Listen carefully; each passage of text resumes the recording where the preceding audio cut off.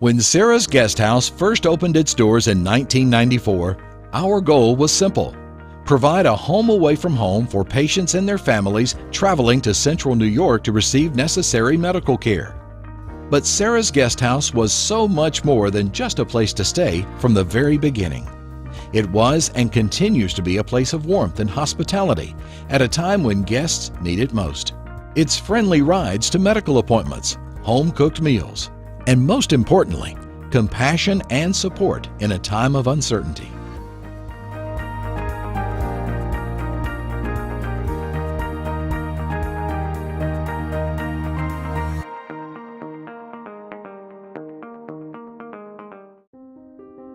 We live in Utica, New York, but both of us are originally from Boston, and we've been in upstate New York for 45 years or so. For a long time. Yeah. We were actually in bed, and it was 2 o'clock in the morning, and I couldn't sleep, and so I thought, rather than keep him awake, I'll take my iPad downstairs and read.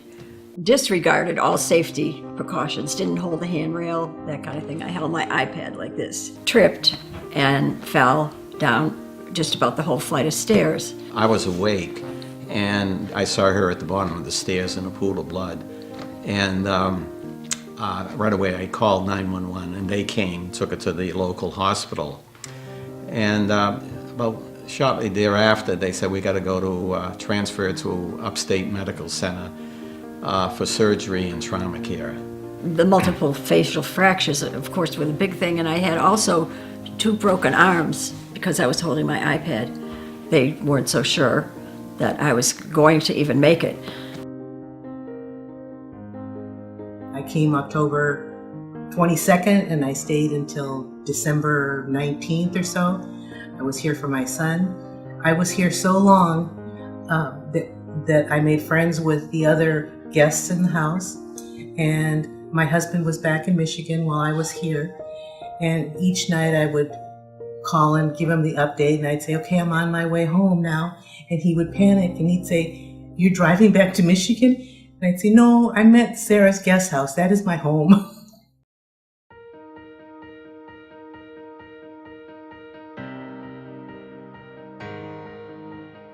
We've had a very long relationship with Sarah's Guest House, and for us, it actually allows us to have patients come and get treatment that would almost certainly have to go elsewhere. Initially, I stayed at a hotel for the first couple of days, and it was kind of lonely and cold, but staying at Sarah's Guest House provided a sense of home away from home. It was clean, it was comfortable, there was a lot of privacy. To be able to have a little home-cooked meal or just to be able to relax in one of the rooms and read or to watch television. Some patients had to travel an hour and a half, 2 hours to get here. So to have the availability of not only housing, but the care and camaraderie that folks can get staying at Sarah House is really incredible for our patients and for the medical center. It was probably the best thing I could have done, because there's nothing wrong with the hotel, but it wasn't like staying at Sarah's Guest House, because it was the best way I could describe it, I guess, is a home away from home. I speak also from my children, Pat's sister, the people that stayed here. The reaction was all the same. What a wonderful place for you to be during this important and critical time in your life. I think there's a definite benefit to the community in looking at, okay, Syracuse may be 90 miles away, 120 miles away, but gee, if I go there, I know that there's this option I've heard about, Sarah's Guest House, maybe much more likely to actually look at coming to us versus another system.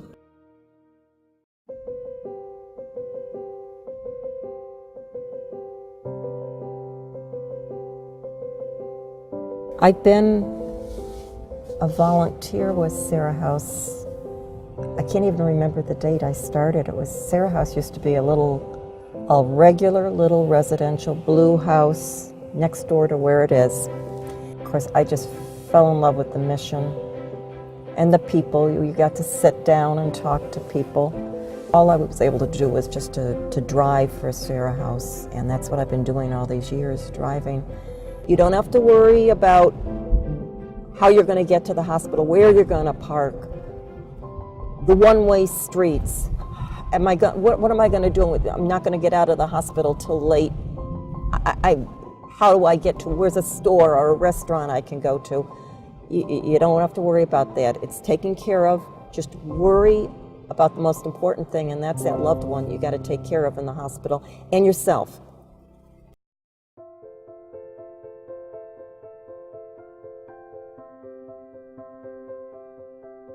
We wanted to serve the community.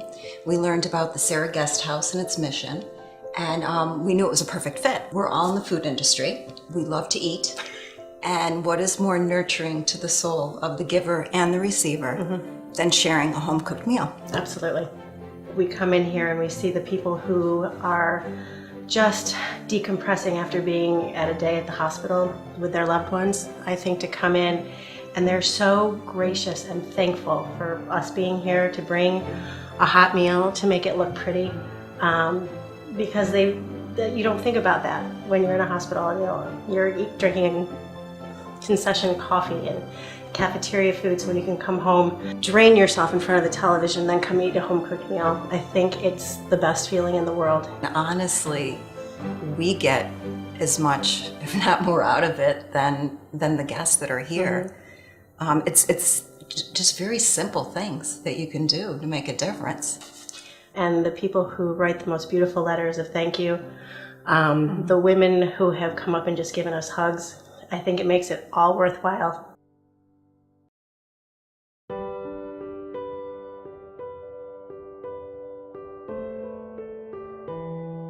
We recognize that a support system, having a good support system for patients is really critical. There's some data showing that it actually helps in terms of how well patients do, patients with cancer and other patients. So it's really critical that somebody feel like they do have that support system.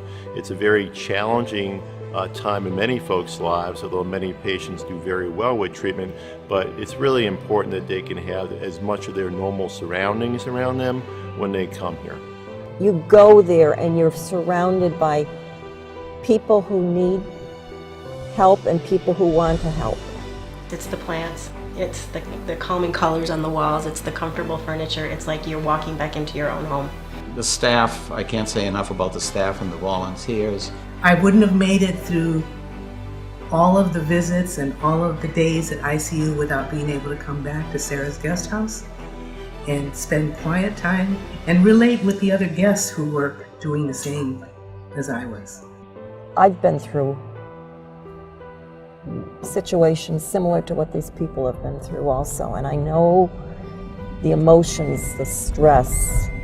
There's always going to be hardship, but to know that a community can rally around its members and help them out like this is very touching. We've all been affected by family members that have had their struggles, and just to know that there's this kind of support system means a lot.